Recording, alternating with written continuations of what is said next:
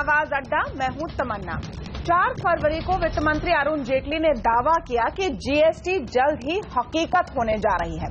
23 फरवरी से होने वाले संसद के बजट सत्र में इसकी उम्मीद लगाई जा रही है। लेकिन इस बयान के ठीक एक दिन बाद प्रधानमंत्री के एक बयान ने पूरी कहानी बदल दी है। असम में भाषण देते हुए प्रधानमंत्री नरेंद्र मोदी ने कहा कि संसद में रुकावट के लिए एक परिवार जिम्मेदार है जो चुनाव हारने का बदला देश से लेना चाहता है। गांधी परिवार पर इस सीधे हमले का जवाब राहुल गांधी ने पलट कर दिया है।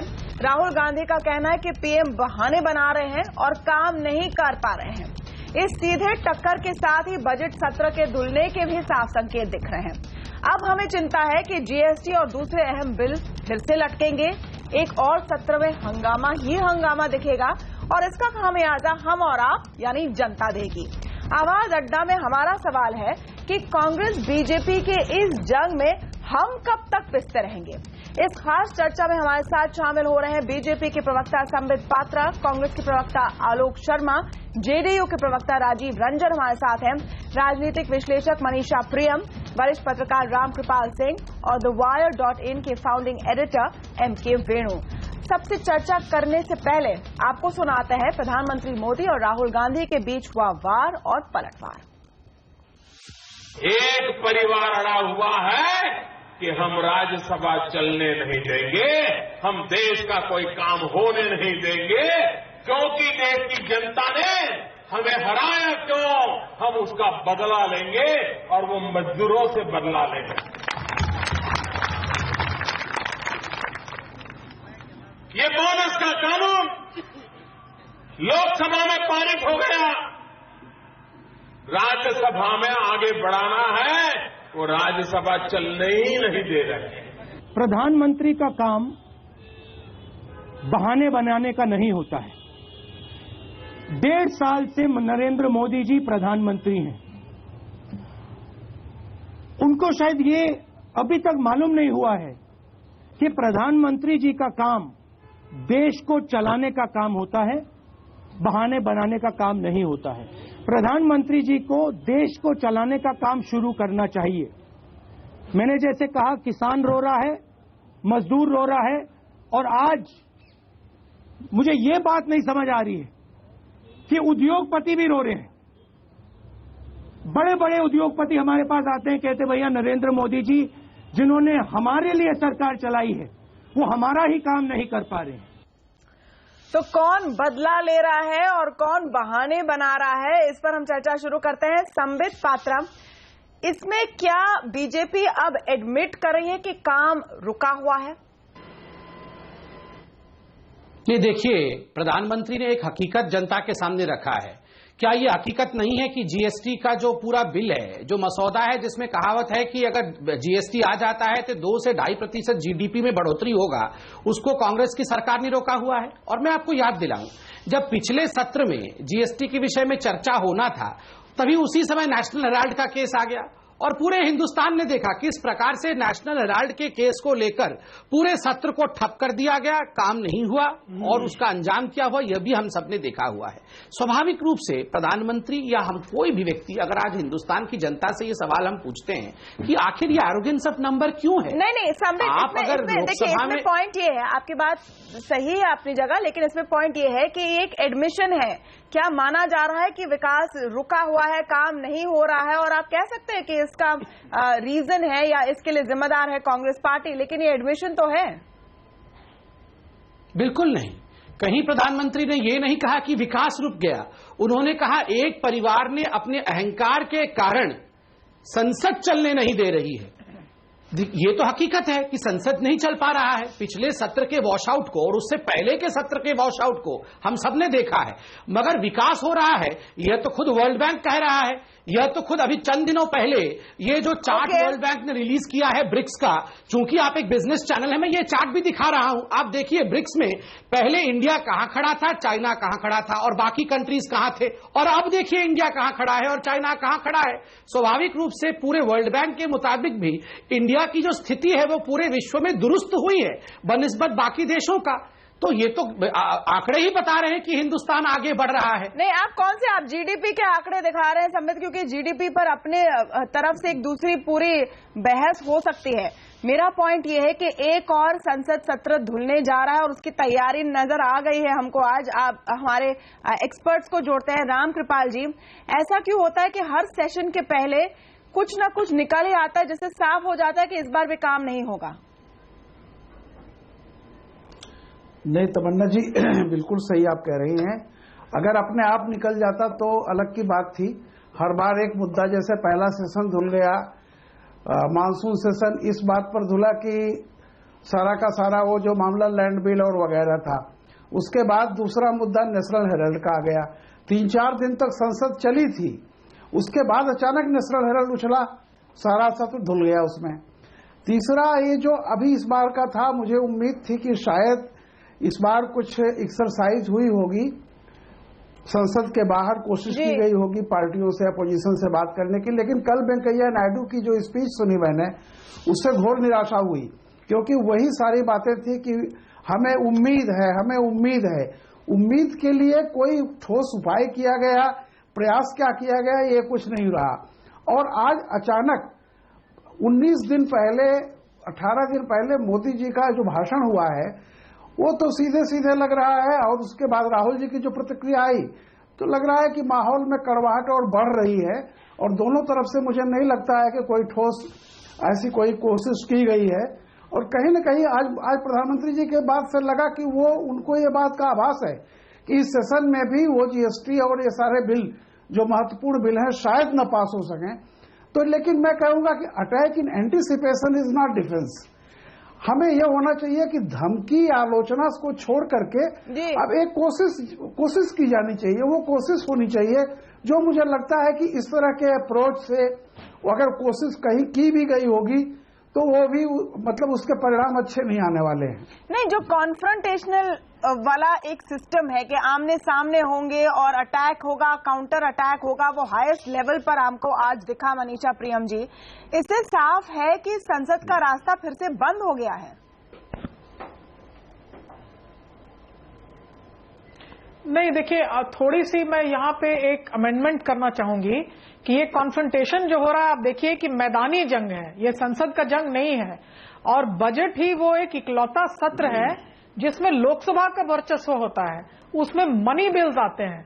तो ये वो इकलौता समय है जब राज्यसभा की कोई बिसात नहीं होगी और जब पूरा बजट पेश होगा, बजट पास किया जाएगा, बजट की चर्चा होगी और हर डिपार्टमेंट के डिमांड फॉर ग्रांट्स होंगे। ये वो समय है जो मोदी जी और उनकी मेजॉरिटी को लेके वो अपनी संसदीय पहल जो है वो दिखला सकते हैं। तो वो बाहर से भी गरज सकते हैं और संसद में भी गरज सकते हैं, क्योंकि अगले 1 महीने जो है वो राज्यसभा मंदा चलेगा। तो कहीं न कहीं मैं ये समझती हूं कि तकनीकी तरीके से यदि देखा जाए तो 1 महीने ये मोदी जी अपने नीतिगत पहल और लोकसभा में अपनी मेजॉरिटी, इन दो को लेके अपनी छवि प्रस्तुत करने की कोशिश जरूर करेंगे। जो जंग आप देख रही हैं, जो बहस आप देख रही हैं, फिलहाल संसद के बाहर होगा, कड़ा होगा, बहुत तीक्ष्ण प्रहार होगा, ये मैं मानती हूं। लेकिन ये बहस संसद के बाहर होगी और संसद में किल्लत आप नहीं देखेंगे इस बार, क्योंकि मनी मैटर्स में लोकसभा की सुप्रीमेसी है। जो बेसिक पॉइंट रखा है दोनों साइड्स ने, उसको थोड़ा एग्जामिन करते हैं। वेणु, मोदी जी कह रहे हैं, प्रधानमंत्री जी कह रहे हैं कि एक परिवार ने बदले की भावना से पूरे सिस्टम को रोक रखा है, संसद को रोक रखा है। दूसरी तरफ राहुल गांधी का कहना है कि आप बहाने बना रहे हैं। इस मोड़ पर जाकर क्या एक नया नैरेटिव बनकर निकल रहा है कि जो भी विकास हो रहा है वो मोदी जी के खुद के प्रयासों की वजह से हो रहा है, और जो भी नहीं हो पा रहा है उसके लिए गांधी परिवार जिम्मेदार है? देखिए, मैं इस अभी जो कन्फ्रंटेशन है इसको मैं एक बड़े दायरे में देखता हूं। आप देखिए, हर एक पार्लियामेंट सत्र से पहले या शुरू होने के एकदम बाद कोई ऐसी घटना घटती है जिससे कड़वाहट बढ़ती है, जैसे रामकृपाल जी ने बोला। और इस बार जिस तरह अरुणाचल प्रदेश में सरकार डिसमिस हुई है और जिस तरह सुप्रीम कोर्ट ने इतना तीखा रुख भी अपनाया है, जो उनकी स्टेटमेंट्स आई हैं जो जजेस की, मुझे लगता है कि ये जो आर्टिकल 356 का जो उपयोग या दुरुपयोग आप कह लीजिए, ये इसमें हमेशा बीजेपी हिस्टोरिकली और लेफ्ट और बीजेपी कांग्रेस के खिलाफ की खड़ी रहती थी कि इसका इस्तेमाल ना करें। इंदिरा गांधी ने सबसे ज्यादा बारी इस्तेमाल किया था, 30-35 बारी अपने 15 साल में। मगर अब बीजेपी बिल्कुल वही कर रही है जो कांग्रेस अब किया करती थी, और सारी रीजनल पार्टीज फिर से अब जुड़ जाएंगे एक साथ। और ये केवल कांग्रेस का सवाल नहीं है। जिस तरह केजरीवाल के यहाँ रेड हुआ, उसके बाद आपने देखा कि सारे रीजनल लीडर्स ने केजरीवाल को उनसे सहानुभूति प्रकट किया और उनके साथ खड़े हुए। और ये बात सही है तमन्ना जी, आज की तारीख में आप उद्योगपतियों से पूछ लें, फार्मर से पूछ लें, एक हताश लोग हैं, सेटिस्फाइड नहीं है। और मुझे लगता है कि इस वक्त जो ग्लोबल इकोनॉमिक जिस तरह की मंदी चल रही है, इस वक्त ये तू मैं बंद करके प्रधानमंत्री को इनिशिएटिव लेके सबको साथ लेके चलने की आवश्यकता है। इसकी बजाय कि डोमेस्टिक पॉलिटिक्स को में और कड़वाहट लाएं, और ऐसे टाइम पे जब ग्लोबल मंदी है और आगे चाइना में क्या होगा, 2016 में तो इतने शॉक्स लगे हैं अभी मार्केट्स में, फाइनेंशियल मार्केट में। मुझे तो सोच के डर लगता है कई बार कि जिस तरह डोमेस्टिक पॉलिटिक्स प्ले आउट हो रहा है और जिस तरह प्रधानमंत्री एंटी, इसका ये कहां जाके रुकेगा समझ में नहीं आता। इस हद तक हो गया है, पर्सनलाइज्ड हो गया है। रोज आप देखते राहुल गांधी अटैक कर रहे हैं प्रधानमंत्री को। प्रधानमंत्री कह रहे हैं कि गांधी परिवार जिम्मेदार है या एक परिवार जिम्मेदार है संसद नहीं चलने देने के लिए। हमारा क्या हो रहा है, देश की जनता का क्या हो रहा है, वो सवाल है। आलोक शर्मा भी जुड़ चुके हैं, कांग्रेस की प्रवक्ता है। आलोक शर्मा, आज जो बयानबाजी हुई है, प्रधानमंत्री मोदी ने एक बयान दिया, राहुल गांधी ने पलटवार किया, उससे साफ होता है कि आप लोग बजट सेशन में भी काम नहीं होने देंगे। देखिए, मैं समझता हूं आपका जो वक्तव्य है वो अपने आप में ही बायस्ड है कि हम काम नहीं होने देंगे। आज मोदी साहब ने स्वयं इस तरह की वक्तव्य देकर इस लड़ाई को शुरू किया है। क्या हम अपने जो सही मुद्दे हैं उनको भी सामने नहीं रखें? अगर जीएसटी पे हमारी कोई सहमति है, कोई 2 सुझाव 3 सुझाव हैं, तो क्या विपक्ष वो सुझाव भी ना दे अपने? मैं समझता हूं कि भारतीय जनता पार्टी की सरकार तमाम मुद्दों पर फेल हो गई है और वो ठीकरा विपक्ष के माथे फोड़ना चाहती है। 57 रुपए से अगर 68 रुपए पे डॉलर चला गया तो क्या वो कांग्रेस की वजह से चला गया? अगर महाराष्ट्र के अंदर लोकल बॉडीज में बुरी तरह से विकास के मुद्दे पर हार गए ये लोग, तो कांग्रेस की वजह से हार गए। गुजरात में 15 साल से आपकी सरकार है, वहां पर लोकल बॉडीज चुनाव आप हार रहे हैं, बिहार चुनाव हार रहे हैं, तो क्या वो सब कांग्रेस की वजह से हो रहा है? मैं केवल ये कहना चाहता हूं कि तमन्ना जी, विपक्ष के ऊपर इस तरह के आरोप लगाना बंद करना चाहिए। 1 रैंक 1 पेंशन के लोग एक साल से, आलोक शर्मा जी, 1 रैंक 1 पेंशन के लोग एक साल से जंतर मंतर में बैठे, क्या वो कांग्रेस की वजह से बैठ रहे हैं? फैक्ट तो है कि एक सेशन में आपने ललित मोदी का इशू उठाया, फिर आपने नेशनल हेराल्ड का इशू उठाया, फिर आपने कई सारे इशू उठाए। ये भी कहा गया कि आप हर घंटे नया इशू ढूंढते हैं, और ऐसा नहीं कि अगर प्रधानमंत्री ने ये बयान नहीं दिया होता तो आप सब कुछ ठीक से चलने देते। क्या आप ये कह रहे हैं? तमन्ना जी, जो असहिष्णुता के बयान आए हैं, जिस तरह से भारतीय जनता पार्टी के तमाम नेताओं ने बयान दिए हैं, क्या वो कांग्रेस ने दिए हैं? क्या ललित गेट कांग्रेस ने किया है? क्या मोदी गेट कांग्रेस ने किया है? क्या व्यापम घोटाला कांग्रेस शासित राज्यों में हुआ है? व्यापम जैसे घोटाले के ऊपर भी अगर संसद में आवाज नहीं उठाएंगे तो आप ही जैसे एंकर पूछेंगे कि आपने विपक्ष की भूमिका नहीं निभाई। क्या आवाज उठाना भी संसद में आज गुनाह हो गया है? 7th पे कमीशन को आप लागू नहीं कर रहे हैं, फूड सिक्योरिटी बिल को आप लागू नहीं कर रहे हैं, तो क्या ये भी हमारी गलती है क्या? नहीं, एक मिनट समित पात्रा, आप इनका जवाब दें। उसके पहले राजीव रंजन से हम पूछें कि राजीव रंजन, वित्त मंत्री ये भी कह रहे हैं और कई बार कह चुके हैं बीजेपी के आला नेता कि कांग्रेस को आप एक साइड छोड़ दीजिए, बाकी जो विपक्ष की पार्टियां हैं उनमें सहमति बन रही है कई बातों पर, जीएसटी भी उसमें शामिल है, लेकिन जो दूसरी पार्टियां हैं, गैर कांग्रेस गैर बीजेपी पार्टियां जैसे आपकी, वो भी मौका परस्त नजर आती है। कभी इस तरफ आ जाते हैं, कभी उस तरफ आ जाते हैं। कभी देश की भी तो सोचिए। मौका परस्त के आरोप तो पूरी तरह से निराधार है।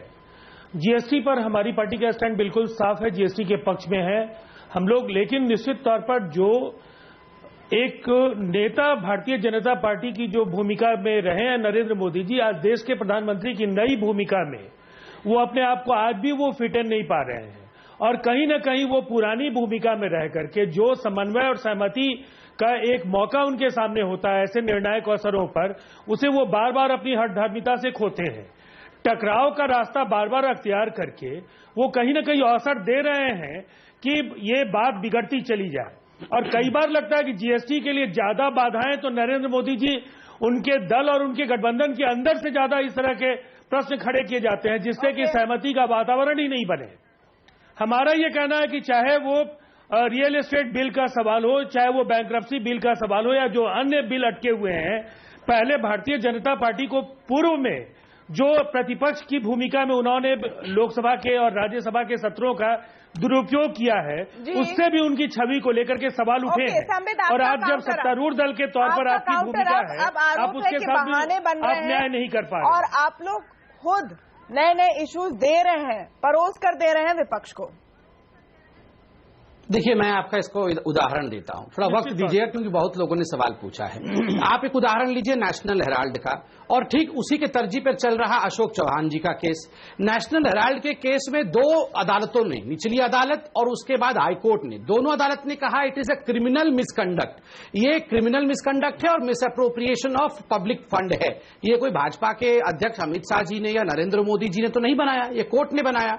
मगर आपने तुरंत जब ये वर्डिक्ट आया उसके अगले दिन आपने देखा कि सदन को बंद कर दिया गया, वहां हाय हाय के नारे लगे और एक शब्द वहां इजाद किया गया जो आजकल बड़ा चल रहा है प्रचलन में, वेंडेटा पॉलिटिक्स। आप बताइए इसमें वेंडेटा कहां है? और इसमें समझदारी क्या होनी चाहिए थी? ये बता रहे हैं कि समन्वय की राजनीति होनी चाहिए थी, मैनेजमेंट होना चाहिए था।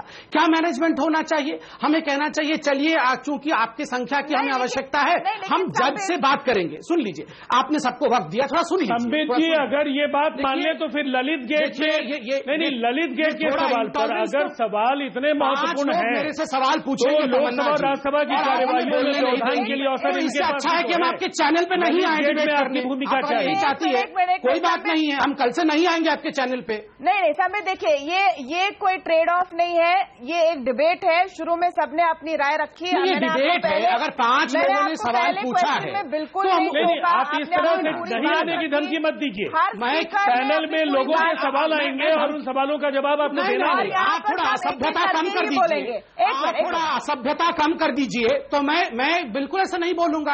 आप असभ्य तरीके नहीं, आप राजीव रंजन जी एक मिनट, राजीव रंजन जी एक मिनट, संबित पात्रा की जरूरत आपको है। संबित पात्रा, राजीव रंजन जी, आपका अहंकार बढ़ रहा है। नहीं, राजीव रंजन जी बातचीत का जो तरीका है वो पैनल में बैठने वाले विद्वान वक्ता की तरह बिहेव नहीं कर रहे हैं। राजीव रंजन जी एक मिनट, राजीव रंजन जी और संबित पात्रा जी, आप मुझे आप बोलने दीजिए, मैं आंसर कर रही हूँ। राजीव रंजन जी आप पॉज रखिए, राजीव रंजन जी आप प्लीज पॉज रखिए, आप रुक जाइए, आप रुक जाइए, आप अपनी बातें वापस लीजिए। आप रुक जाइए, मैं आपके पास आऊंगी। संबित आप भी रुक जाइए, थोड़ी चीजें। लेकिन संबित जी को भी बोलिए शिष्टाचार का पाठ न पढ़ाएं। नहीं, हम बोलेंगे, हम बोल रहे हैं, अभी आप सुन लीजिए प्लीज। हमने डिबेट की शुरुआत में हर वक्ता की पूरी राय सुनी है। अब डिबेट को हम ओपन करें, लेकिन हम चाह रहे हैं कि एक एक करके लोग बोले ताकि हमारे दर्शक सुन सकें। और संबित जी, ये एक डिबेट है, जहां तक आपकी बात है कि आप नहीं आना चाहेंगे, अगर हम ऐसा करेंगे या वैसा करेंगे, वैसा आप मत कीजिए, ये अच्छा नहीं लगता है हमारे दर्शकों को भी सुनना। हम एक डिबेट रख रहे हैं और सबको इक्वल हम चांस देंगे। आपने 4 लोगों से सवाल पूछवाया, वो उनका ओपनिंग रिमार्क था और आपको पूरा काउंटर करने का मौका मिलेगा। और मैं यही आपको सुझाऊंगी कि आपके पास जो समय है, आपके पास जो समय है वो आप सही तर्क से काउंटर करने में लगाएं। इसलिए प्लीज कंटिन्यू संबित पात्रा। देखिए, मैं यही बता रहा था कि अभी बार बार बात हुई कि हमें समन्वय से बात करना चाहिए, प्रधानमंत्री को समन्वय करना चाहिए। समन्वय का अर्थ क्या है कि नेशनल हेराल्ड केस में हम जाके जज को कहें कि नहीं, आप गांधी परिवार के लोगों को प्रोसिक्यूट मत करिए, इसमें कोई डीलिंग करके छोड़ दीजिए। क्या ये समन्वय होता है? आप बताइए समन्वय क्या होता है? जब कानून अपना काम कर रही है, अशोक चौहान के केस में, अशोक चौहान जी के केस में सीबीआई उस समय इन्हीं के पास थी, उस समय जो इन्होंने पाटिल कमीशन बैठाया ये इन्हीं के पास थी, जो हाईकोर्ट ने उस समय 2013 में निर्णय समाया उनके समय चौहान जी के मामले आज जाके उस पर प्रोसिक्यूशन। एक एक करके पॉइंट, सेंसिबल डिबेट, मोनोलॉग नहीं हो सकता। संबित पात्रा ने पॉइंट पॉइंट उठाया नेशनल हेराल्ड का, उसका जवाब सुन लेते हैं आलोक शर्मा से। एक एक करके पॉइंट उठाएंगे सीमित समय में ताकि दूसरा काउंटर भी दे सके।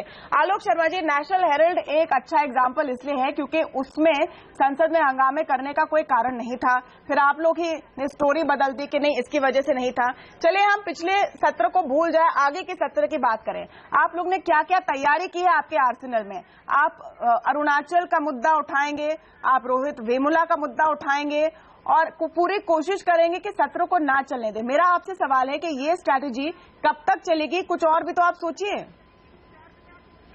नहीं, मैं समझता हूं कि आप भविष्यवक्ता नहीं है कि हम सेशन को नहीं चलने देंगे, ऐसा तो नहीं है। देंगे आप कह रहे हैं? लेकिन भारतीय जनता पार्टी ने नहीं, देखिए सेशन को अगर आप पिछले 2 सेशन देखेंगे तो रिकॉर्ड रहा है राज्यसभा में बिल पास होने का और नंबर ऑफ वर्किंग आवर्स का पिछले 10 साल में मैक्सिमम रहा है। आप इस बात को एक बार भी नहीं बता रहे हैं।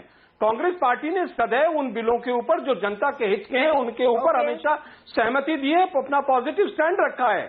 आप देखिए पूरे विपक्ष ने इंश्योरेंस बिल हो, तमाम इकोनॉमी के जो बिल्स हैं उनके ऊपर अपनी सहमति देखे हुए उनको पास कराया है। लेकिन नेशनल हेराल्ड में तमाम तरह की डिबेट्स हुई हैं और हमने तमाम तथ्य जो है न्यायालय के सामने रख दिए। मामला विचाराधीन है, हम लफबाजी नहीं करना चाहते। जो फैसला न्यायालय देगा उसके बाद हम बात करेंगे। जहां तक अशोक चौहान जी की बात है उसके ऊपर भी मैं यही कहना चाहूंगा कि आप सीबीआई का दुरुपयोग करते हुए इस तरह का कदम उठा रहे हैं, उसके बावजूद हम नहीं डर रहे हैं आपसे। आप जो भी तथ्य हैं उनको सामने लाइए, पब्लिक डोमेन में लाइए, उनके ऊपर बात करेंगे। सरकार के समय ऑर्डर की गई थी शर्मा जी, तमन्ना जी, तमन्ना जी यही तो खूबसूरती है। नहीं, तमन्ना जी यही तो खूबसूरती है कि हम जांच भी कराते हैं और अगर हमारा कोई व्यक्ति कहीं उस पर उंगली भी उठती है तो हम रेजिग्नेशन भी करा देते हैं। लेकिन भारतीय जनता पार्टी ऐसा नहीं करती है कि आप लोगों की आर्गुमेंट्स आजकल बहुत कंफ्यूज दिख रही है। इसका मैं आपको उदाहरण देती हूँ और वेणु जी आप इसको देखिए, रामकृपाल जी आप भी बताइए। आज राहुल गांधी कहते हैं कि बिजनेसमैन आ रहे हैं हमारे पास और कह रहे हैं कि देखिए हमारी सरकार थी वो काम नहीं कर रहे हैं। कुछ दिनों पहले तक ये सूट बूट की सरकार बताई जा रही थी। तो क्या ये बिजनेसमैन लोगों की सरकार है या बिजनेसमैन खुश हैं या ना खुश हैं? अपनी लाइन तो क्लियर कर लें रामकृपाल जी। मैं उत्तर देना चाहता हूं, और भी लोग पैनल पे हैं और सब बोलेंगे स्पष्ट तौर पर। नहीं, प्रश्न राहुल गांधी जी के ऊपर है। कोई बात नहीं, ऐसा नहीं कि सिर्फ कांग्रेस के प्रवक्ता बोल सकते हैं राहुल गांधी पर। आप इसका जवाब देंगे आगे, लेकिन सब बात कर सकते हैं। एक ओपन डिबेट है। जी रामकृपाल जी। मैं देखिए, ये मेरा ये कहना है कि राजनीतिक बयान है, इनका बहुत महत्व नहीं होता। ये बात सही है और ये बात भारत की जनता भी जानती है, आम आदमी भी जानता है कि असंतोष है, बहुत हद तक असंतोष है। बल्कि मैं विनम्रता से संबित जी ने जो दिखा रहे थे कि ब्राजील और चाइना से हम बहुत अच्छे हो गए हैं, मेरा एक ही निवेदन है कि अगर पड़ोसी बीमार हो गया तो हमें नहीं कह सकते कि उसकी तुलना में हम स्वस्थ हो गए हैं। मेरा ये कहना है कि ठीक है, नो डाउट हम ग्रोथ कर रहे हैं, लेकिन वो तस्वीर उजली भी है। उसके बावजूद ये मानना पड़ेगा कि असंतोष और महत्वाकांक्षाएं जितनी थी पहले की तुलना में लोगों में एक डिस्पैरिटी, एक भयानक असंतोष है, डिससेटिस्फैक्शन है। इस बात को हमें मानना पड़ेगा। रही बात राहुल गांधी जी की, राहुल गांधी जी का आज बयान में बड़ा विरोधाभास है। किसान भी नाखुश हैं, मजदूर भी नाखुश है, पूंजीपति भी नाखुश है। कल तक तो कहा जा रहा था कि ये उद्योगपतियों की सरकार है जी। आज हर फ्रंट पर तो ये पॉलिटिकल बयान है। देखो, इसको मैं बहुत गंभीरता से नहीं लेता। एक मैं बात कहूंगा जो प्रियमता जी ने कहा था कि चूंकि ये बजट सेशन है, लेकिन आप देखिए इसी बजट सेशन में लगातार कल वेंकैया नायडू ने कहा है कि उन्हें पूरी उम्मीद है कि इसमें जो है GST bill, bankruptcy bill, real estate bill वगैरह जितने महत्वपूर्ण बिल हैं सब पास होंगे। तो जाहिर सी बात है कि सिर्फ लोकसभा के बूते थे बिल पास नहीं होंगे। मोदी जी भी कह रहे हैं राज्यसभा।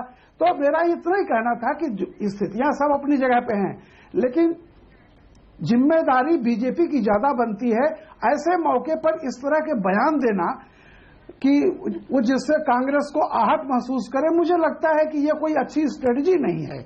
और भले राहुल गांधी कहते हैं वो ऑब्वियस है।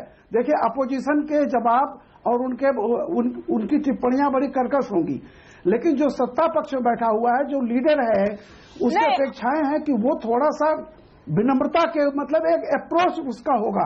वहां पे अगर ये कन्फ्रंटेशनल एटीट्यूड जो लोग पावर में हैं उनका भी रहेगा तो मुझे नहीं लगता है। दूसरी बात, बस एक बात कह के खत्म करता हूं। बार बार ये कहा जाता है कि जीएसटी पर सारी पार्टियां हैं, मैं पूछना चाहता हूं क्यों जीएसटी, अगर सारी पार्टियां हैं, एग्जैक्टली सवाल है जीएसटी का मुद्दा उठ ही नहीं पाता है ना। उससे पहले कभी टॉलरेंस पर मुद्दा उठ जाता है, उसमें सारी विपक्षी पार्टियां एक हो जाती हैं। उसके बाद अभी देखिए दो महत्वपूर्ण मुद्दे हैं, अरुणाचल का मुद्दा और हैदराबाद का मुद्दा है। ये पहले से ही कांग्रेस को 2 आप दे चुके हैं। उसके बाद ये तीसरा मुद्दा आज हो गया है जो मोदी जी ने अटैक किया है। तो मुझको ये लगता है कि बहाने बहुत हैं, अपोजिशन को ऑर्गेनाइज करने के भी बहाने बहुत हैं। और ऑपोजिशन बहाने ढूंढेंगी, ऑपोजिशन को अपने आप को रेलेवेंट रखना है। जो दूसरी पार्टियां हैं, जैसे राजीव रंजन ने भी कहा हम जीएसटी के पक्ष में हैं, हर पार्टी आकर कहती है हम जीएसटी के पक्ष में है, लेकिन जीएसटी 1 इंच भी आगे बढ़ नहीं पाता।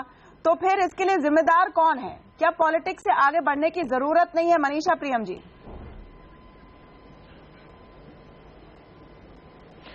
देखिए, पॉलिटिक्स से आगे बढ़ने की जरूरत है, लेकिन सूक्ष्मता ये समझिए कि ये वाला सत्र जो है, ये सत्र बजट सत्र है।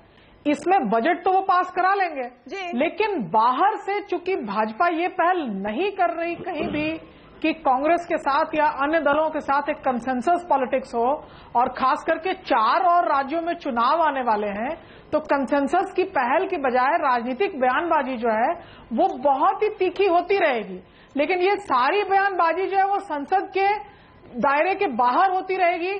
तो एक तरह से कंसेंसस की जो बात हम कर रहे हैं वो कंसेंसस यहां नहीं हो पाएगी। तो जायज है ऐसे में कि जब आप देखिएगा तो नरेंद्र मोदी बिल्कुल एक तरह से आक्रामक उनका रवैया है कांग्रेस की तरफ, और राहुल गांधी को अगर आप देखिए तो बहुत उनका काउंटर जो दे पा रहे हैं वो कमजोर है। वो कह रहे देखिए उद्योगपति हमारे पास आ रहे हैं, उद्योगपति भी कंप्लेन कर रहे हैं। वैसे में ऑपोजिशन में होते हुए उनको अभी कहना चाहिए था कि हम तो गरीब मजदूर की पार्टी हैं, वो लगाते हैं लांछन कि आप हैं उद्योगपति की पार्टी। तो एक कंफ्यूज सा मैसेज उधर से आ रहा है। तो एक तरह से भाजपा के लिए ये बढ़िया है कि मुख्य ऑपोजिशन अगर कांग्रेस ही है, और अगर इसी तरह से कमजोर वो होगा तो पॉलिटिकल गेन्स उनके होते हैं। तो कहीं न कहीं राजनीति की केटली जो है वो गर्म रहेगी बिल्कुल। संसद में एक मंद गति से जो मनी बिल्स हैं वो पास होंगे, लेकिन जो मुख्य नीतिगत मामले वाले जीएसटी कॉन्स्टिट्यूशनल अमेंडमेंट की जॉइंट हाउस की बात है, उस पर पहल अभी भी नहीं हो पाएगी। तो कहीं न कहीं लॉन्ग टर्म गेन ये है कि अगला सवाल है कि जहां तक विकास की बात है कि वो जीएसटी पास, जहां तक विकास की बात है, काम की बात है, तो सिर्फ संसद पे डिपेंड करना चाहिए क्या दूसरी चीजें भी कर सकती है सरकार? क्यों वो बात कर रहे हैं 44 सीट वाली कांग्रेस पार्टी की, क्यों उतना महत्व उसको दे रहे हैं? और साथ में जो दूसरा एक स्ट्रैटेजी नजर आता है और उसकी हम चर्चा करेंगे छोटे से ब्रेक के बाद। बीजेपी एक कांग्रेस मुक्त भारत की बात करती हुई आई है, साथ ही क्या वो परिवार मुक्त कांग्रेस पर फोकस कर रहे हैं, इसलिए जो हर अटैक है वो स्पेसिफिकली गांधी परिवार पर है, और क्या ये रणनीति काम आएगी, इस पर हम चर्चा करेंगे छोटे से ब्रेक के बाद। जाएगा नहीं।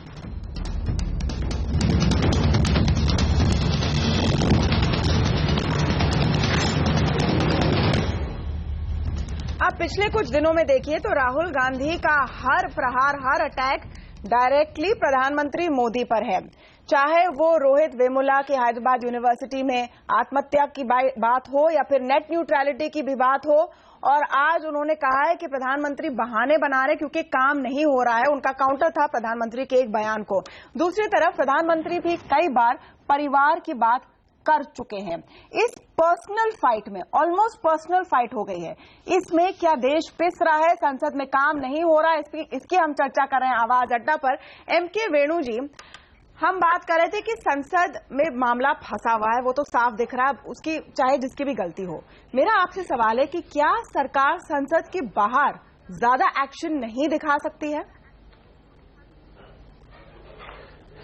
देखिए, जहां तक आर्थिक नीति का सवाल है, ज्यादातर मेरे हिसाब से 90% जो काम है वो संसद के बाहर है। आपको याद होगा बिहार इलेक्शन के एकदम बाद सरकार ने कई डिसीजन ली थी, फॉरेन इन्वेस्टमेंट को लिबरलाइज किया था, बैंक्रप्सी लॉ के बारे में बात कही थी, वो सारी चीजें, और एक्सपोर्ट्स के लिए एक नए कुछ प्रोविजंस किए थे एक्सपोर्ट प्रमोशन के लिए।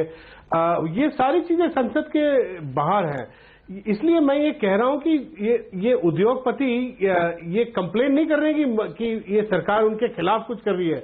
उद्योग ये बोल रहा है कि जो दुनिया में जो आर्थिक मंदी है उसकी वजह से जो दाम गिरे हैं और उसकी वजह से उनके उद्योगपति उनके बैलेंस शीट में बहुत पेन है, इसलिए एक आर्थिक नीति का एक ढांचा मांग रहे हैं जो कि हो नहीं पा रहा, क्योंकि राजनीतिक कटुता इतनी ज्यादा हो गई है। उसमें कुछ चीजें संसद में हैं, जैसे बैंक्रप्सी लॉ हुई, जीएसटी हुआ, या प्रिवेंशन ऑफ करप्शन एक्ट, जो ब्यूरोक्रेट जिसके तहत कॉन्फिडेंटली डिसीजन ले पाए। संसद के बाद जो एग्जीक्यूटिव एक्शन से हो सकता है, क्योंकि संबित आपने वो ग्राफ भी दिखाए, क्रूड के दाम जितने गिरे हैं वो एक विंडफॉल है भारत के लिए। क्या उसको सही भुनाया है? एक्सपोर्ट्स की हालत देखो, उसके लिए आपको संसद की क्या जरूरत है? उसके बाहर भी आप काम कर सकते हैं। रूरल डिस्ट्रेस का जो हाल है उस पर आप संसद के बाहर काम कर सकते हैं। डिसइन्वेस्टमेंट टारगेट मीट करने के लिए आप संसद के बाहर काम कर सकते हैं। तो फिर बार बार संसद की रुकावट को क्यों आप लोग भुना रहे हैं, और क्या ये बहाना है? देखिए, दो चीजें समझनी होगी। ऐसा नहीं है कि संसद के रुकावट को हम भुनाने का प्रयास कर रहे हैं, हम सत्य को रख रहे हैं। अब देखिए, मनीषा प्रियम जी ने एक बड़ी बात कही।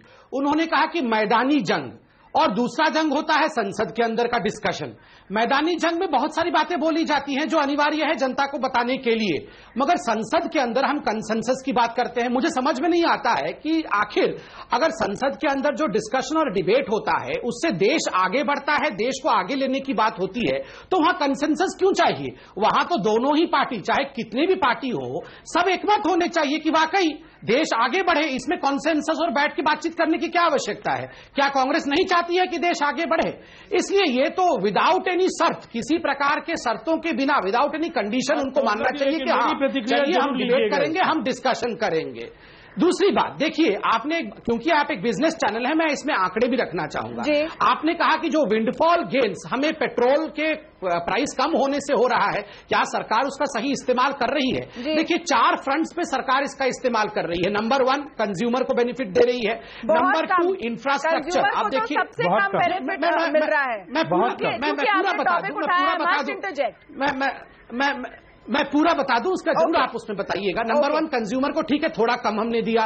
दूसरा, इंफ्रास्ट्रक्चर, रोड आप देखिए, जो रोड पहले 2013 में 3500 किलोमीटर प्रतिवर्ष बन रहा था, वो विगत वर्ष 8000 किलोमीटर और इस वर्ष 10,000 किलोमीटर। रोड पे कौन चलेगा? जनता चलेगी। तीसरा, ये जो फ्यूचरिस्टिक ट्रेड कर रहे थे ऑयल कंपनीज, उनको एक बहुत बड़ा नुकसान हुआ है, क्योंकि ये जो प्राइस कम हुई है तो उनको भी संभालना है। और चौथा, फिस्कल डेफिसिट को कंटेन करना है। आप देखिए, फिस्कल डेफिसिट को कैसे कंटेन कर रही है। तो इन 4 मुद्दों पर विंडफॉल गेन को सरकार खर्च कर रही है। और बड़ी बात मैं बता दूं, 42% जो एक्साइज ड्यूटी सरकार इससे कमा रही है वो राज्यों को जा रहा है। तो बेनिफिट तो अल्टीमेटली राज्यों को और जनता तक भेज दिया गया है। आलोक शर्मा, आपका काउंटर और इकोनॉमिक यहाँ पर पॉइंट रखा है संबित पात्रा ने, उसका आप उस तरह से काउंटर कीजिए। और साथ में मैं जोड़ूं, उन्होंने स्वच्छ Bharat, skill India, make in India, digital India, Jan Dhan, इस तरह की डीबीटी, इस तरह की सारी चीजें रोल आउट की हैं। ये तो आपको मानना पड़ेगा कि उन्होंने एक्शन दिखाया है। देखिए, मैं समझता हूं मार्केटिंग और पैकेजिंग में भारतीय जनता पार्टी की सरकार मास्टर है। जनधन योजना में जो अकाउंट खुले थे वो बंद होने चालू हो गए हैं। शायद बीजेपी भी इस बात को मान रही है।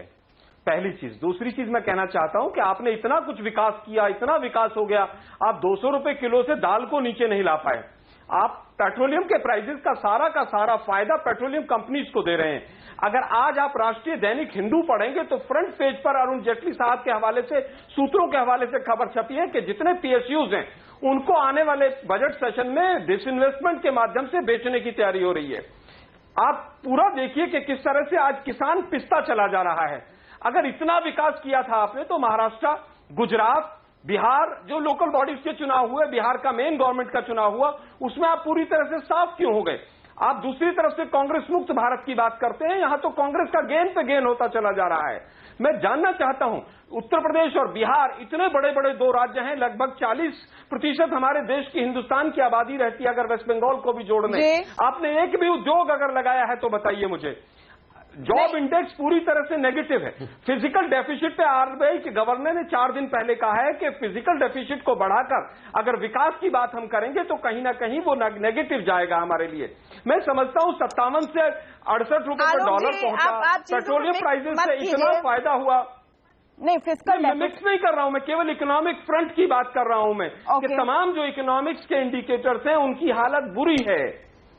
कहीं पर भी ऐसा संतोषजनक हमें उदाहरण नहीं मिल पा रहा है कि यहां पर विकास हो रहा है। विकास भी अपने आप में एक जुमला बनकर रह गया है। तमाम जो इंपॉर्टेंट बिल्स थे वो अपने नहीं, तो आपको अगर इतनी चिंता है, अगर आपको इतनी चिंता है तो आप इस वक्त पॉलिटिक्स को और आपके खुद के जो रीजन है उसको एक किनारे रखकर जीएसटी पर सहमति दे दीजिए। अचानक वो डोज मिल जाएगा जिसकी जरूरत है इस इकोनॉमी को। हमारा है तमन्ना जी, 8 साल से हम आपका है, काम कर रहे हैं। सौतेले बच्चे की तरह उसको कोर्ट में खड़ा कर दिया है, उसको पास करा दीजिए फिर। तमन्ना जी सुनिए तो सही आप, सुनिए तो सही आप। अभी वित्त मंत्री साहब ने स्वयं कहा है 5 दिन पहले कि ये कांग्रेस का बिल था और मैं उसको श्रेय देना चाहूंगा कांग्रेस को। हमने 3 आपत्तियां जो दर्ज की हैं, अगर उस पर विचार होता है तो हमें कहीं आपत्ति नहीं है। माननीय सोनिया जी और डॉक्टर मनमोहन सिंह जी स्वयं मोदी साहब से मिलने गए थे, लेकिन उसके बाद से अगर एक स्लिप, कोई एक पर्ची, कोई एक वक्तव्य ऑफिशियली आया हो बीजेपी की तरफ से कि समन्वय बनाया जाए इसके ऊपर, तो मुझे बता दीजिए। रियल एस्टेट बिल हमने कराए थे 2013 में जो बिल आया था उसको तोड़ मरोड़ दिया आपने, तो जनता के विरोधी कैसे स्वीकार करेंगे? जी जी एक सेकंड देखिए, चूंकि आप एक बिजनेस चैनल है, मैं बिल्कुल इकोनॉमिक ढंग से बात करना चाहता हूं। जीएसटी पे मैं बताऊं, 2002 केलकर कमेटी जब बैठी, वहां से प्रणब दा के बाद चिदम्बरम साहब, जब ये बिल रखा गया उसके बाद स्टैंडिंग कमेटी में भेजा गया।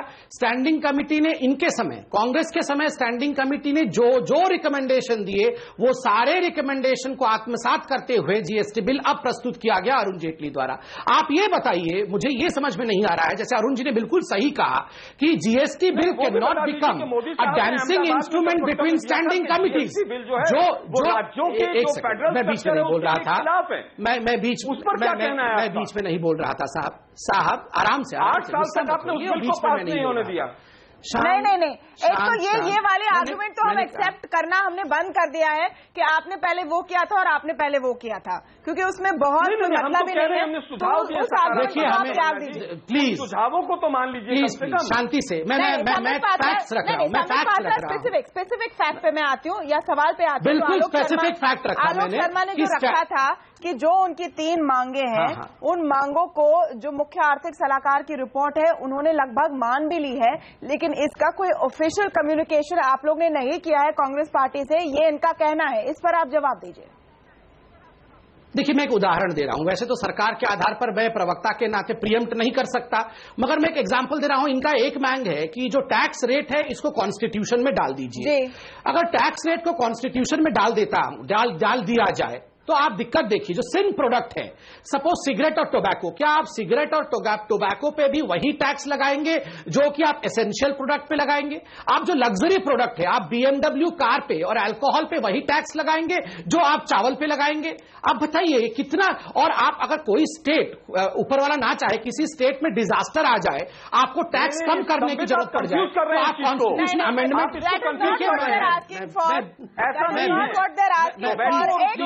राजीव रंजन जी, मैं बस ये कह रही हूँ कि इस लेवल की भी जो डिबेट हो रही है इस वक्त संबित पात्रा और आलोक शर्मा के बीच में, कम से कम वो मुद्दों की तरफ तो बढ़ रहे हैं। ऐसी डिबेट पार्लियामेंट में क्यों नहीं हो सकती? और जब अगर कांग्रेस पार्टी ऐसा फिर से करे कि किसी एक कारण को लेकर बहस ही ना होने दे, तो आप लोग जो दूसरी पार्टियां, आप इंसिस्ट करें कि बहस तो होने दीजिए। ये सबसे पहले तमन्ना जी, मुझे अक्सर न्यूज के ये सारे डिबेट्स के फॉर्मेट में कांग्रेस वर्सेज बीजेपी के सिवाय देश में मुझे लगता है बाकी पॉलिटिकल पार्टीज भी एग्जिस्ट कर रही हैं कि नहीं, ये दिखता नहीं है। नहीं, बिल्कुल हमारा ये कहना है कि अगर रीजनल इम्बैलेंसेस को लेकर के सरकार गंभीर है तो निश्चित तौर पर स्मार्ट सिटीज के पहले 20 सिटीज के ऐलान में उत्तर प्रदेश और बिहार के 120 मेंबर ऑफ पार्लियामेंट वहां से इलेक्ट होकर के जाएंगे, और वहां 120 संसदीय क्षेत्रों के इन 2 राज्यों को एक भी स्मार्ट सिटी नहीं मिला। इस पर बहस नहीं हो रही है। हमारा यह कहना है कि बहस को घिसी पिटी लाइन से बाहर भी लाने की जरूरत है। पार्लियामेंट में कन्फ्रंटेशन की स्थिति पैदा भारतीय जनता पार्टी करा रही है। हमारा ये कहना है कि अगर स्पेशल कैटेगरी स्टेट से लेकर के जो भी स्पेशल पैकेजेस का सवाल हो या सेंटर स्पॉन्सर्ड स्कीम्स में बिहार जैसे जो स्टेट्स हैं उनके साथ अगर नाइंसाफी है तो निश्चित तौर पर वो भी एक बड़ा ब्लॉक है जिनके रिप्रेजेंटेटिव्स मिलकर के एक मजबूत आवाज रख सकते हैं। जब हमारा जीएसटी पर रुख साफ है तो निश्चित तौर पर जीएसटी पर कन्फ्रंटेशन के पक्ष में हम नहीं है, लेकिन हम ये जरूर उम्मीद करेंगे कि देश पर जो पार्टी शासन कर रही है उसको राज्यों में जो इम्बैलेंसेज हैं उसको खत्म करने की दिशा में इस तरीके से प्रयास करना होगा कि वहां उनकी सरकारें नहीं भी है और वहां की मांगे वाजिब है तो उनको हक मिले। केवल इस बिना पर कि वहां भारतीय जनता पार्टी की सरकार नहीं है तो उनके साथ बेईमानियां हो रही है। बहुत ही महत्वपूर्ण बात तमन्ना जी सुनने को मिली है। जी बताइए बताएं। बहुत महत्वपूर्ण बात है कि कहीं ना कहीं देखिए रीजनल पार्टीज जो हैं, रीजनल पार्टीज जो लड़ती हैं, हेलो जी जी हम सुन रहे हैं मैम, हम सुन रहे हैं। रीजनल पार्टीज जो कांग्रेस के साथ भी होकर चुनाव लड़ती हैं, जैसे जदयू, वो देखिए कांग्रेस से अब दरकिनार होना चाह रही है। तो कहीं ना कहीं कांग्रेस के लिए एक दोहरा प्रहार होगा जब भाजपा भी ये कहेगी कि देखिए संसद तो हम चला लेते हैं, ये जीएसटी मनीषा जी राज्यसभा के मनीषा जी मिस इंटरप्रेट नहीं पार्टीज मिलकर कहेगी मनीषा जी मिस इंटरप्रेट नहीं कीजिए, मैं आपको इंटरप्ट नहीं कर रहा हूँ क्योंकि मेरी बात का गलत अर्थ आप निकाल रहे हैं। मैंने डिबेट के फॉर्मेट को लेकर कहा, बात तो पूरी करने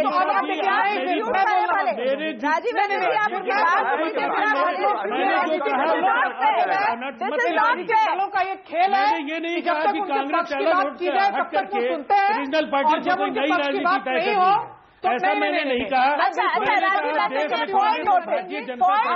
राजीव रंजन जी आपका पॉइंट नोटेड, आप उनको बोलने दीजिए। देखिए मेरी बात सुनिए राजीव रंजन जी प्लीज, संचालन बिल्कुल सही नहीं है। राजीव रंजन जी प्लीज मैं आपसे रिक्वेस्ट कर रही हूँ, आप मेरी बात सुनिए। देखिए इस पैनल पर चुपचाप उस वक्त तक बिल्कुल इस पैनल पर 3 नेता हैं जो अलग अलग पार्टियों से और 3 जानकार हैं। ये फेयर नहीं है कि जो 3 जानकार हैं उनको बोलने का मौका नहीं मिलेगा क्योंकि आप उनको टोकेंगे। अगर आपको आपत्ति उनके पॉइंट से आप रिफ्यूट कर सकते हैं, लेकिन लेट हर कंप्लीट। जी मनीषा जी। हाँ बिल्कुल, देखिए कहीं ना कहीं कांग्रेस जीएसटी पर भी मुझको अब आइसोलेट होता हुआ दिखता है। जेडीयू एक बहुत महत्वपूर्ण रीजनल पार्टी है। नीतीश कुमार जी का नेतृत्व जो है, अगर आप देखें यूपी में भी कई दल इनके साथ आ चुके हैं, केरल में भी जेडीयू की पहल मैं होती हुई देखती हूं। तो कहीं ना कहीं जीएसटी पर मैं अब ये मानती हूं कि राजनीतिक दबाव जो है वो संसद के बाहर के जरिए से कांग्रेस पर बनाया जाएगा और एक महत्वपूर्ण बात होगी क्योंकि कहीं ना कहीं राहुल गांधी जी का जो कद है इसमें छोटा होता हुआ दिखेगा कि एक तरह से रीजनल दल जो उनके साथ चुनाव लड़ते हैं वो भी उन पर प्रेशर डालेंगे और संसद के बाहर खैर नरेंद्र मोदी जी तो सीधा आघात उन पर करते ही हैं। जी कांग्रेस के लिए एक तरह से दुविधा बनेगी, संसद के भीतर भी वो विरोध नहीं कर सकते और संसद के बाहर जो उनके साथी हैं वो उन पर दबाव डालेंगे। तो कहीं ना कहीं मैं ये देखती हूं कि ये एक एडवांटेज बन सकता है बनिस्पत की बीजेपी कंसेंसस की पहल करे। अगर नहीं करती पैर पे कुल्हाड़ी फिर से ना मारे बीजेपी, इसकी भविष्यवाणी हम नहीं दे सकते हैं। मनीषा प्रियम जी एक पॉलिटिकल एनालिस्ट के नाते अपना व्यू दे रही हैं, पार्टियां उस पर अपना काउंटर दे सकती हैं, लेकिन एक छोटे से ब्रेक के बाद।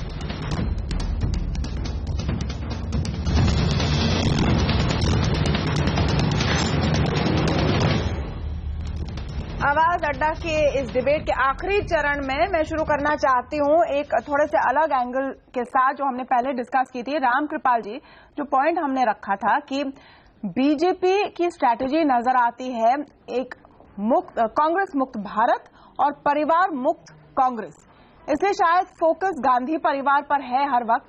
क्या ये स्ट्रैटेजी काम करेगी? बिल्कुल नहीं करेगी, क्योंकि देखिए कांग्रेस पार्टी की आत्मा सिर्फ गांधी परिवार में बसती है।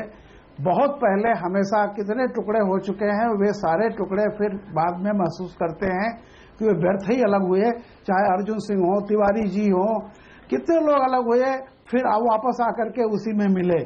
तो ये आप जान लीजिए गांधी परिवार के अलावा कांग्रेस का कोई वजूद नहीं रह पाता है, न अभी फिलहाल अगले 20 साल 30 साल तक नहीं रहेगा। ये बात बहुत क्लियर है। बीजेपी अगर उसमें एनर्जी वेस्ट कर रही है तो कभी सफल नहीं होगी। अब रही तमन्ना जी, मैं 3 बातें कहूं। एक बात आप हो रही थी कि सड़क पर और संसद में, सड़क पर अलग लड़ाई होती है, संसद में अलग होती है। मैं बता दूं, सड़क पर जो मुद्दे, जो हथियार दिए जाते हैं विपक्ष को, वही हथियार लेके वो संसद में पहुंचता है और पूरा सेशन उसी हथियार के मुद्दे चौपट हो जाता है। थर्ड बात जो आपने कहा कि संसद के बाहर भी रिफॉर्म हो सकते हैं कि नहीं, आज रघुराम राजन का बयान छपा है जिसका मैं हिंदी तर्जुमा कहूंगा कि आम आदमी की तरफ देखो, मुर्दा कंपनियों को मत देखो, उनको उठाने की कोशिश मत करो। Think of the individual, don't go for the living dead companies. आज रघुराम राजन रिजर्व बैंक का गवर्नर बोल रहा है। सीधी बात है कि बहुत सारा सब कुछ उसके बाहर किया जा सकता है।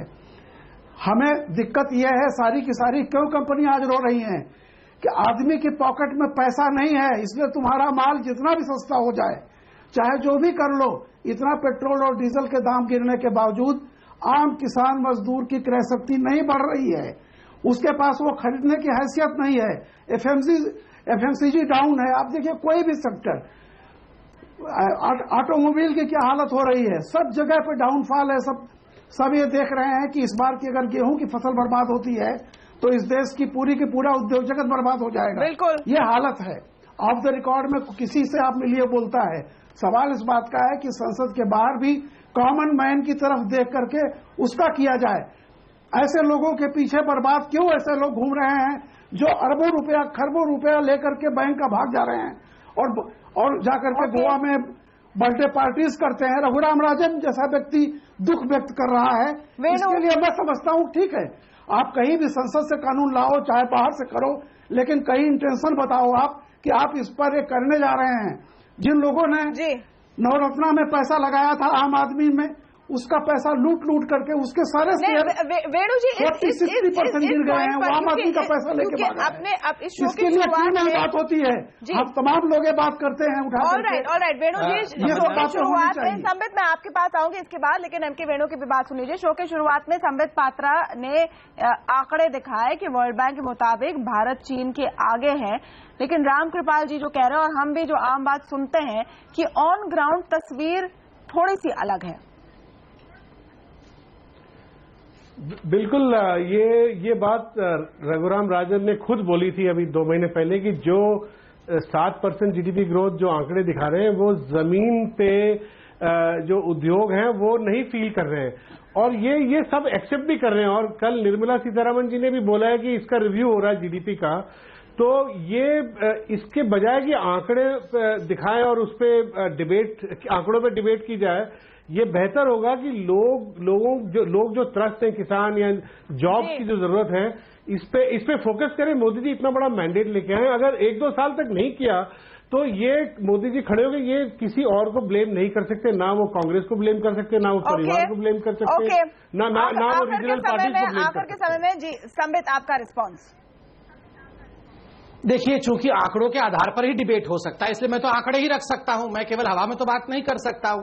आप देखिए, जहां तक आपने ठीक कहा, लगभग 15 ऐसे बिजनेसमैन हैं मुझे लगता है जिनको विगत 12 वर्षों में इतना लोन दिया गया और वो इंसेंटिव के नाम पे दिया गया कि आज वो बड़ा एक मुश्किल का विषय बना हुआ है। तो स्वाभाविक रूप से उसके विषय में तो कांग्रेस बता सकती है कि 12 वर्षों में उनको वो क्यों आगे बढ़ा रही थी। जो लोग आज गोवा में जाके पिकनिक बना रहे हैं, रामकृपाल जी बिल्कुल सही कह रहे थे।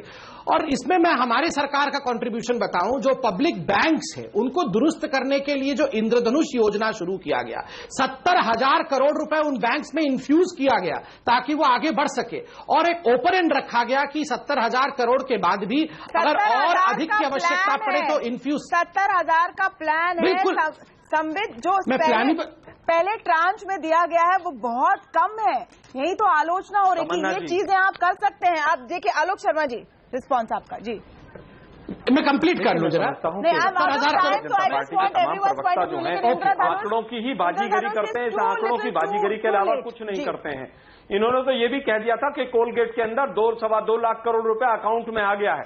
लेकिन जब पार्लियामेंट में सवाल पूछा गया, क्योंकि वहां पर संसदीय हनन की बात थी, तो वहां पर कहा कि नहीं अभी आएगा आने वाले समय में। तो भारतीय जनता पार्टी तो अभी प्लानिंग के स्टेज पे पूरी काम कर रही है। मैं केवल ये जानना चाहता हूं, किसान भी रो रहा है, मजदूर भी रो रहा है, बिजनेसमैन भी रो रहा है, परचेसिंग पावर नहीं है, रुपए की वैल्यू गिर रही है, पिछले 15 महीने से लगातार आलोक शर्मा जी, ग्लोबल कोई मार्केट इंडस्ट्री का जो नहीं हाल है, नहीं देखिए, ग्लोबल मार्केट का जो हाल है और जो आपके समय भी ग्लोबल मार्केट का हाल था, उसका इम्पैक्ट पड़ता है। वो भी जूझ रहे हैं। सवाल है कि कैसे जूझेंगे और पार्टियां कितनी मदद करेंगे। बस आखिर का समय बचा है। राजीव रंजन, अगर आप लेकिन कांग्रेस जब कहती थी कि इस तरह की बात है, तो बीजेपी कहती थी राजीव रंजन जी, आप 15-20 सेकंड में अगर आपका आखिरी पॉइंट रख सके प्लीज। मैं चाह रही हूँ कि साहब एक फाइनल वर्ड दे। जी राजीव रंजन। देखिए, सबसे पहली बात तो यह कि जो कुछ भी जितने भी आर्थिक समृद्धि को लेकर के भारतीय जनता पार्टी के दावे हैं, अगर उनका विश्लेषण केवल रघुराम राजन जी ने यह कह दिया कि जीडीपी के मूल्यांकन की प्रक्रिया पर भी विचार होना चाहिए, तो मुझे लगता है वो सबसे वाजिब बात होगी। इसलिए कि अगर जीडीपी के इंडिकेटर्स अगर बता रहे हैं कि देश में बहुत कुछ बदल गया है, तो जमीन पर नहीं बदला। इसलिए भारतीय जनता पार्टी को इसका श्रेय लेना और अपने पीठ को थपथपाने की जरूरत नहीं है। 20 महीने में इस देश को बदलने की कोशिश आपने जो भी की है, कुछ नुकसान हुआ है, फायदे की उम्मीद देश कर रहा था, लेकिन कुछ भी बदल नहीं पाए हैं आप। ओके, क्या संबित एंड में कोशिश आपने शुरू की है, अच्छी कोशिश शुरू की है, लेकिन इस वक्त हमारा सिर्फ इतना कहना है कि आप उन कोशिशों पर ज्यादा ध्यान दें और कांग्रेस बेटिंग को थोड़े समय के लिए छोड़ दें। नहीं, देखिए, हमें राजनीति में नहीं उलझना है। अच्छा काम हो रहा है। आप छोटा सा जाते जाते उदाहरण जिम्मेदार है। आप देखिए, और आपको राजनीति में नहीं उलझना है। ये देखिए, कौन प्रधानमंत्री विदेशों में जाना चाहते हैं, समाज की बात करते हैं।